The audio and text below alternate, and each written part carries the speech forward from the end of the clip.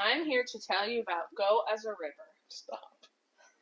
Wouldn't that be amazing? 6th grade report. I would feel like so much more I comfortable like just this reading book. this. Go as a It's river. sad one. Go as a River. Yeah. It's very beautifully written. Very well done. Go as a River. Frick.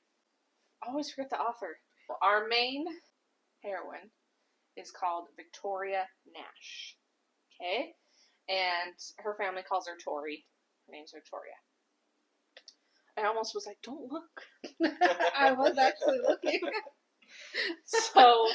So they live in Colorado. They live in Iola, Colorado.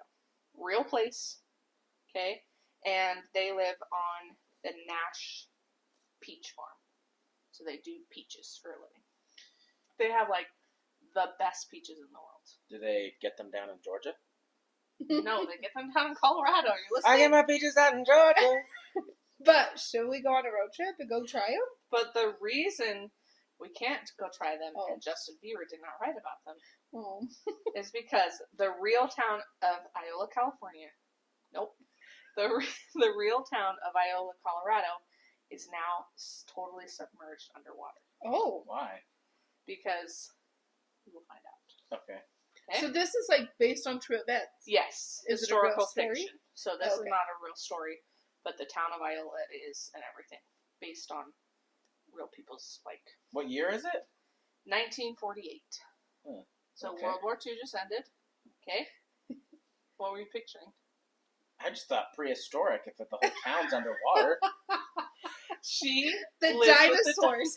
I was thinking like Lake Bonneville status. I'm like, No, okay, so... For those of you that don't know what Lake Bonneville is, We're gonna big lake.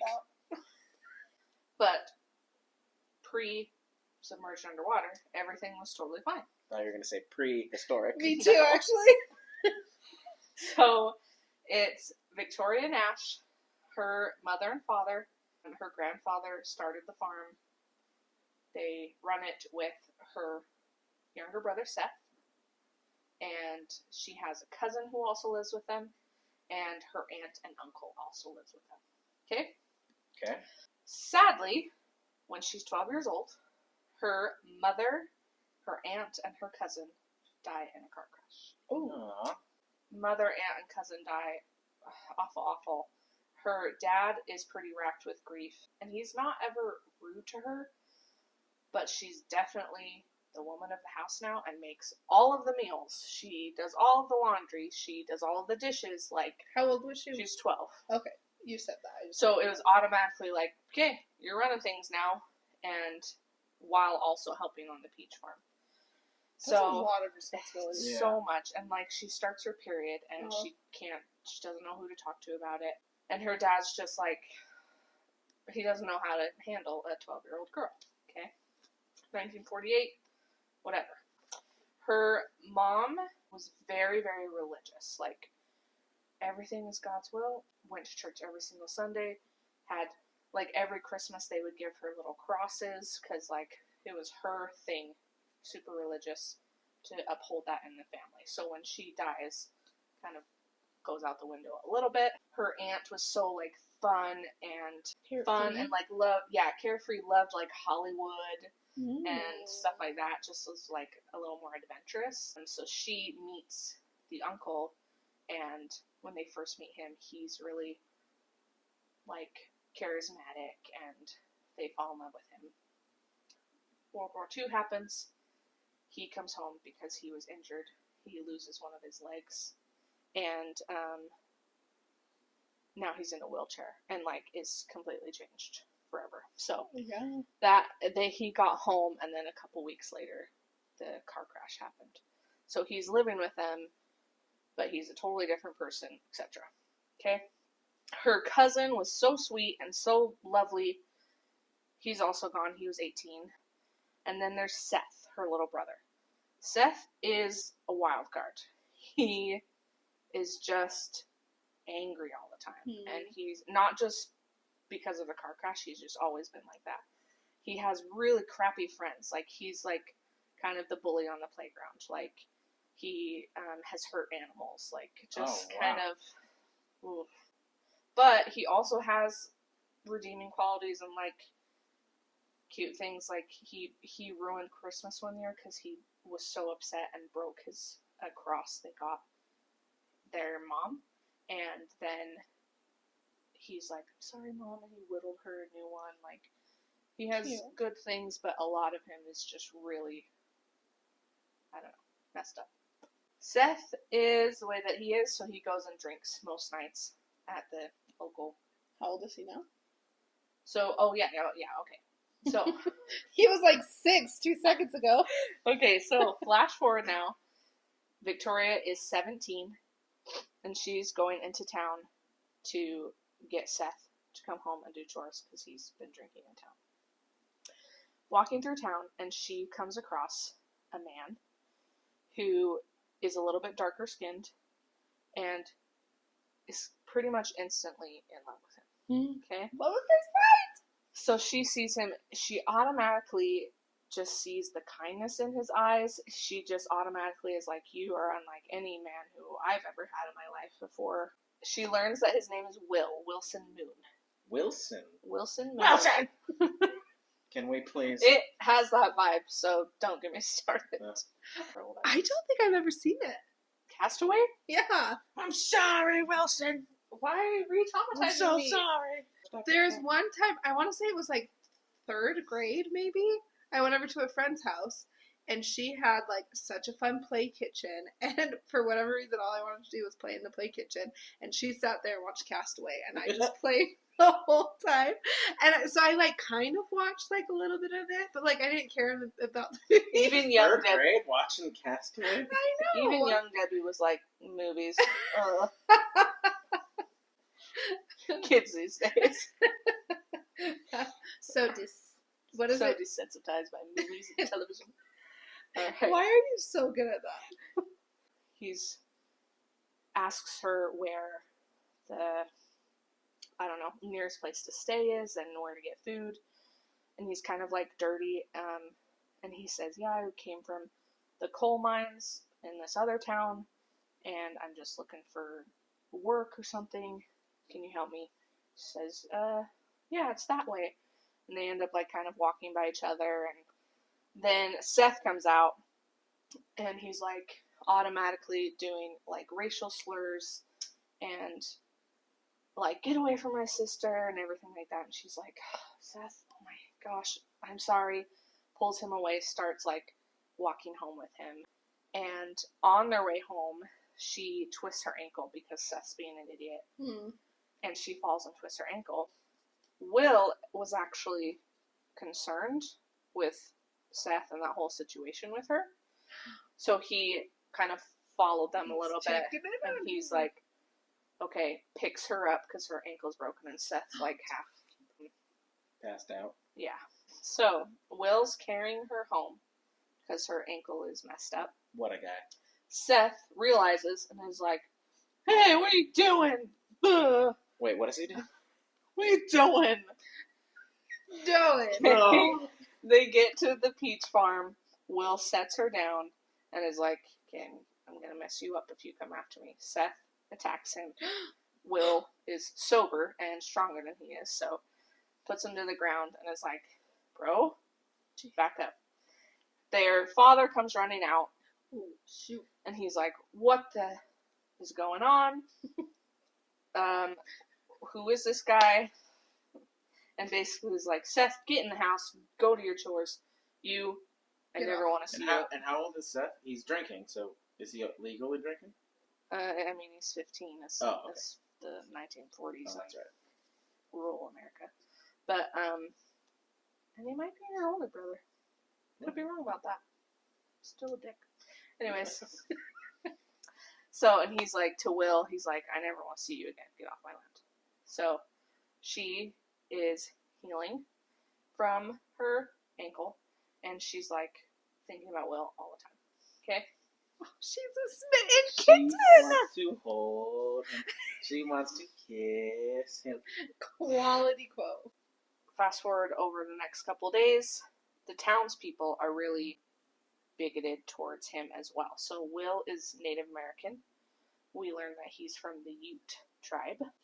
And we learn that he ran away from one of the Native American boarding schools that were just awful. And then he did coal mining for a little bit and is just trying to continue and survive in a world that is still really bigoted and has no civil rights for Native Americans, okay? Townspeople are super rude to him. They kick him out because he tries to go to the bathroom at the hotel. They accuse him of, like, stealing people's laundry. Like, so the sheriff puts, like, a price on him and says, you're not welcome here. Anybody who brings you in gets a reward, okay? So Seth, being the person that he is like, I'm going to find him. I'm going to get that reward, etc. And she's just, like, terrified and is like, please be gone. Like, please just leave here so you're safe. Because I keep thinking about you, and I want you to be safe. Now it's time to harvest the peaches. So her dad hires a couple people. Yes? Peaches, peaches, peaches, peaches, peaches. There's 2 Peaches songs. This is not... That one when I was holding it. I'm about to get to the really sad stuff. This is not going to be the vibe of the story. Oh, So we gotta get it out now while it's a little Peaches, more... I love you. Oh! Okay. Peaches. Ah! I'm done.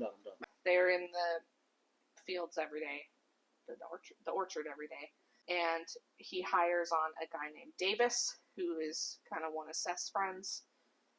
Creepy guy. And a couple other guys. She's in the orchard, and she keeps feeling like Will's around. She keeps feeling like he's, like, watching her or something like that. Maybe he's, like, picturing him. Then, from the orchard, she sees Davis come around, and he's, like, looking all creepy. She's like, get away from me, okay? She doesn't even say a word from him to him, but he's like literally, that's his face. I want to read how the author described that, or if that's just what you're putting. Yeah, she did a lot better job than this. That was like hocus pocus. Yes! That's exactly what I pictured.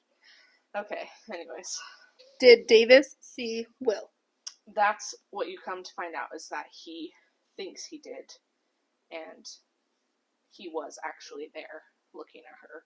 So she comes to realize he did stay in town, and he stayed in town for her, to be closer to her. Okay? Love. He's been staying at, it's kind of right by their orchard, at a woman named Ruby Alice. She is pretty, she's like the town crazy person. She is older, she rides her bike around, she takes in any stray, she has a ton of dogs, Does she have a basket on her bike? She does. And she keeps the little dog in the basket? Yes. When she rides, is there a theme song that goes... No. But I did picture that. So, yes, but she does not speak a word. She hasn't spoken a word out loud since all of her family was taken by the flu epidemic in the early 1900s. So he has been staying with Ruby Alice. She's been looking out for him. And he's been staying in this old abandoned hunting hut on the mountain as well. Okay? So Ruby Alice, stops her one day and is like, come to my house because he wants to see you, but it's not safe for him. And so they end up meeting, and they end up secretly meeting multiple times, etc., and fall in love. She hears his whole story, and they make love in his hut. Aww. A love shack, if you will. Love shack, baby, love shack. I didn't say If I had you two while I was reading this book, I probably wouldn't have cried through it. This is why we're here, so books aren't so traumatizing for people. Love shack, baby! Shortly after they have made Dot, love, dot. he doesn't meet up with her where they are supposed to. And she gets really freaked out. She gets really freaked out. She's at home late at night. Seth comes through the door and has blood on his hands. Oh, shoot. And she's like, can't even, she's like, what did you do? Where's Will? And it's just like panicking. I don't remember what he says. He's kind of like out of it, but. Was he drunk? A little bit, yeah. She learns that Davis and Seth took Will, killed him. And no. very violently as well. Oh, no. And his body is at the bottom of a canyon somewhere. Oh, no. So she is just heartbroken and grief-stricken and can't even look at Seth. And just doesn't even know what to do but just like continue on. No one in the town really cares that much because there was money on for him to come in. But anyways, are they gonna get the money if he's at the bottom of the canyon? They didn't care, I guess. Ugh. And there was no civil rights or anything for him. So she feels like she's the only one who cares and was grieving him. A little while later, she finds out that she's pregnant. And she is really freaked and does not feel safe to have this baby, Will's baby, around Seth. And she doesn't feel like her dad or uncle will be supportive whatsoever. So she hides it the best she can.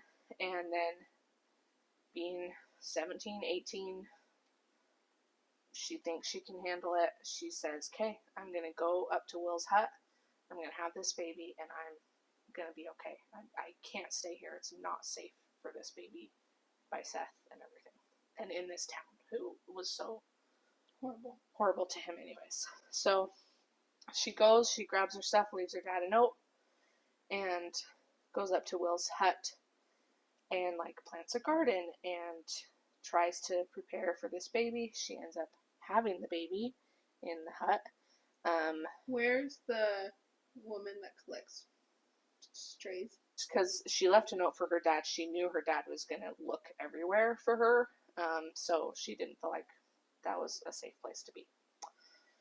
Has the baby. She tries her best to feed him and to keep him warm, but an early snow or a late snow comes and completely destroys her garden. And she very quickly starts to starve. So her milk dries up, and she realizes, I'm going to die, and my baby is going to die. Like, we're both starving and struggling. So she finally is like, I have to go into town and get help somewhere, somehow. So she starts heading down the mountain, and she runs into a woman and a man with a newborn baby, and they've stopped, like, just at this to have, like, a little picnic by this clearing. And she sees the woman, and she's feeding her newborn baby, and she just will do anything to feed her boy. Mm-hmm. So she decides to leave, she calls him Baby Blue, leaves Baby Blue in their front seat because their windows were down, and is just distraught, and she's just like, please feed my baby, please feed my baby. So the woman hears Baby Blue crying and goes to him and immediately is like, oh, this child is starving, and feeds him. Okay? So Victoria is watching all of this, and she watches them drive away with her baby. When she goes back into, like, the clearing, the woman had left a peach on this big flat stone rock, and because she assumed if this baby is starving, their mother is starving as well. Mm-hmm. So she leaves a peach, and Victoria has the peach. It's one of her family peaches, and she's just very, very heartbroken. Yes. And so she's like, I don't know where they just took my baby, so even if I get resources, I have no idea where I would, like, she's just not mentally there very much, but she knows, okay, I need to go home and go back to my dad and everything, so I can, like, stay alive. So she goes back to her farm, and she come to find out her uncle is now gone. His family had been, like, looking for him, and he didn't respond with their letters or something, so now he's living with his other family. And Seth is gone. And her dad is really sick. He's dying of lung cancer. And she realizes I totally held this place together, basically. She kind of nurses her dad. He ends up passing away a couple weeks later. And after he dies, she learns from townspeople that he was the one to turn Seth in. Because he found out and assumed that he turned in Davies and Seth. And the sheriff basically couldn't keep him because he's like, there's not enough evidence and not enough, gumption to really defend this. Yeah. So, but you guys aren't allowed in town anymore. Get out of here. So, Seth is gone. And she's like, okay, I have this peach farm and all this grief. But, all right. So, she continues on with the peach farm. And she is friends with Ruby Alice and takes care of her. Ruby Alice ends up passing away just because she's a lot older. Does anyone live in this book? Baby Blue. Next is Tori, and the rest of the book is about Baby Blue's journey. I know.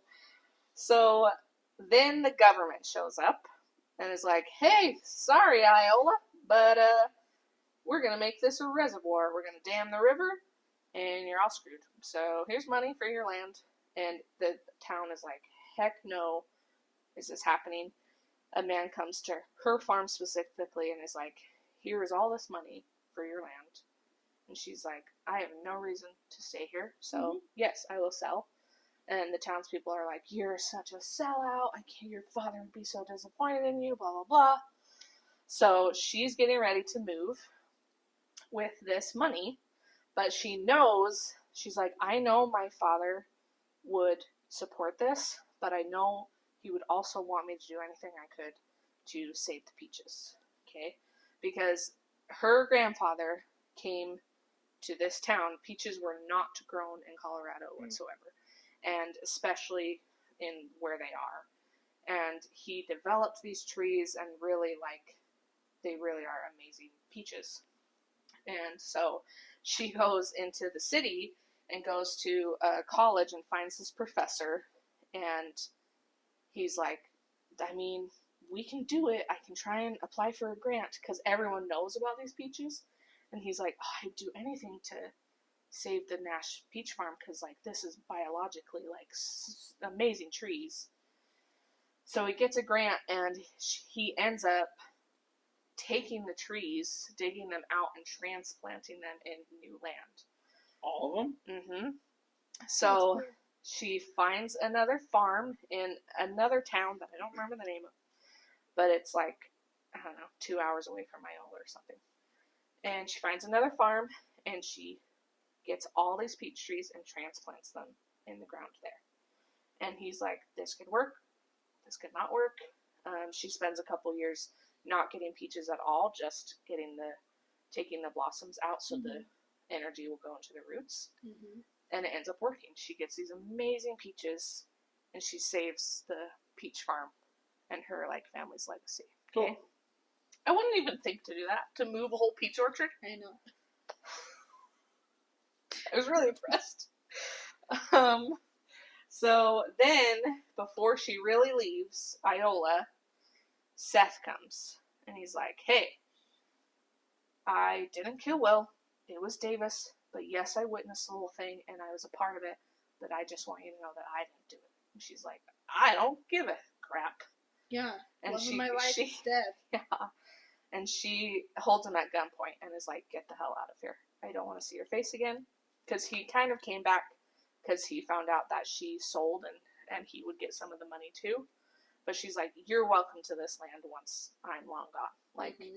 Feel free to come back and live here. But I don't want anything to do with you. Okay? Now she is officially leaving Iola and moving to this new town with her new farmhouse. Okay? She takes all of Ruby Alice's dogs with her. And which are many. Yes. And she really becomes friends with the professor, and she becomes friends with the real estate agent who sold her the farm, and his wife, Zelda. Zelda becomes, her really, really good friend. Zelda's, super outspoken and is just awesome. Princess. I think of Zelda Fitzgerald. Oh, I think of a Zelda princess character with a good friend Link. Mm-hmm. She just kind of starts having this good life, but she never speaks about Will or her baby. She always pictures them in the tree. She always pictures what life would be like. A neighbor boy named Carlos just comes over and is like, hey, my mom needs a cup of sugar, or my mom needs this. Is Carlos baby blue? No, No, I Carlos wish. is the other baby. No. Oh, Carlos is just the exact age her boy would be. Oh. So she, like, loves him to death and really watches him grow up and everything. So years pass. I do like that if we said that when Debbie was telling a story, Debbie would go and not say anything, whereas you're like, no. Wrong. Which do you prefer, though? Do I do it weird? No. No. Leave us guessing.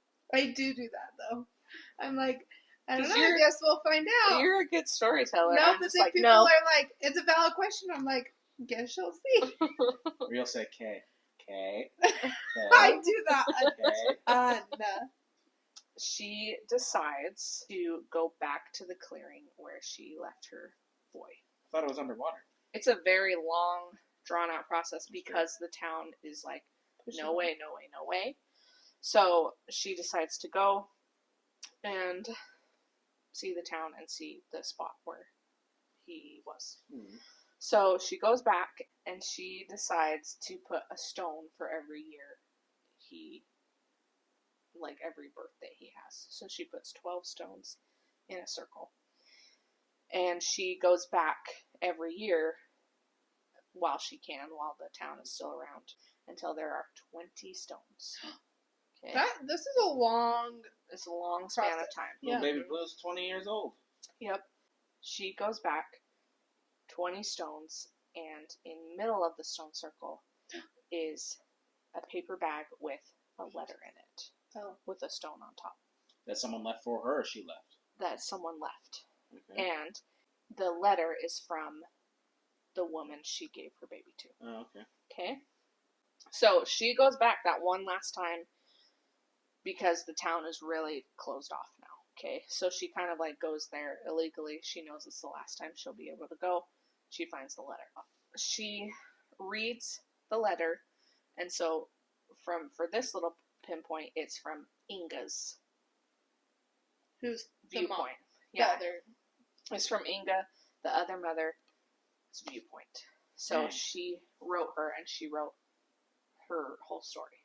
They named the baby Lucas, so her son's name is Lucas. They had been driving back from Denver because she delivered there, and she actually had to have a hysterectomy after her birth because it was so traumatic. And so she knew she wasn't going to have another baby. And so her husband is a little bit of a piece of work and is like, fine, we'll take it because I hated being an only child, so we'll say they're twins. And he comes up with like this fake birth certificate.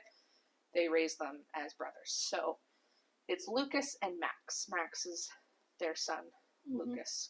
She just goes and tells in detail beautifully his whole story and how loving and sweet he is, whereas Max is like wild and kind of impulsive and more like his dad and everything.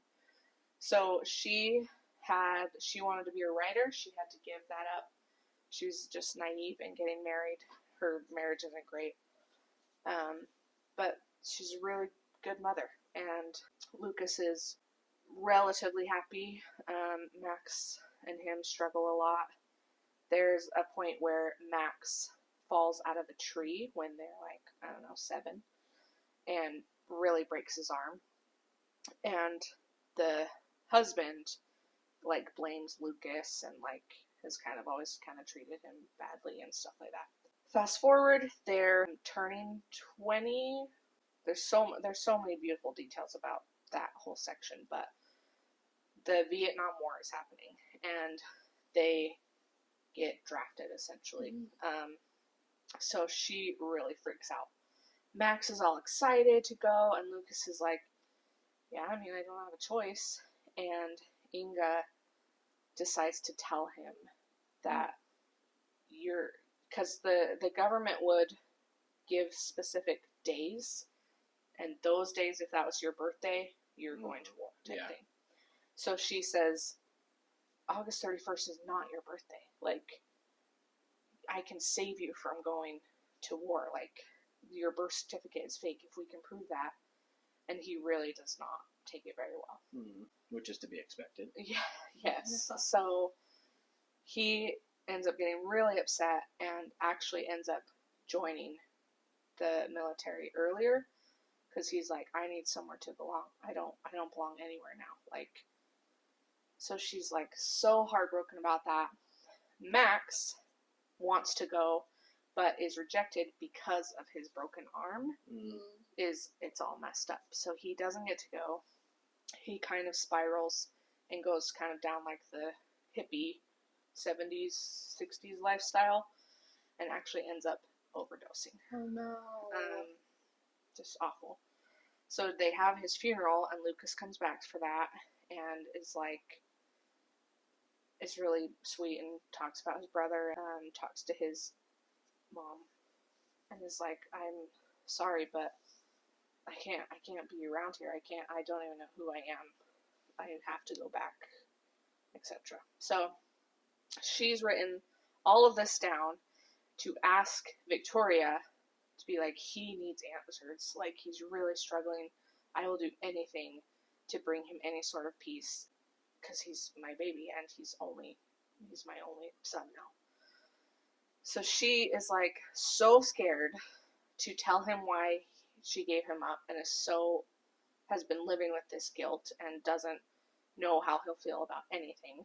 But her friend Zelda has opened up and is like, because she's like, how come you've never had kids and everything? And Zelda's actually lost 6 babies. Good grief. Before they were born, she lost them. So she's like, I would do anything to find my baby. That's your baby.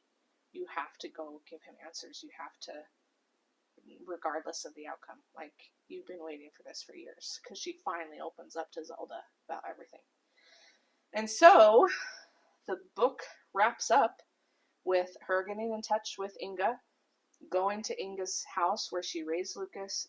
She shows her his baby pictures and birthday pictures and all these beautiful things. And they go and they finally get in touch with him. And it ends with Inga, Zelda, and Victoria. And Victoria's walking towards Lucas. And Lucas is kind of nervous. And she says he looks exactly like Will. And it kind of ends right there. And she never sees Seth again. You don't hear about their relationship, like hers and Lucas's relationship or anything, but you get the sense of like, okay, this is like another new chapter. And it's one of those books where I'll never do it justice, and it's really beautifully written, and there's so many metaphors and different wordings and different things that I didn't include that are really great life lessons, and it really is like resilience, and the resilience of a river, go as a river, is a river makes a way no matter what, and it's still, I think it's the Gunnison, it's still running even though there's a reservoir and it's dammed, it's like still found a way to keep going, and so the town is all underwater and everything, but it was beautiful. It was very so a lot of that sad and a lot, but it was very like real and just made me feel stronger as a person. Like, oh, I got this. Victoria could do that. like I, as a human being, and especially as women, it just makes you feel like you can do anything. So because you can. Yeah.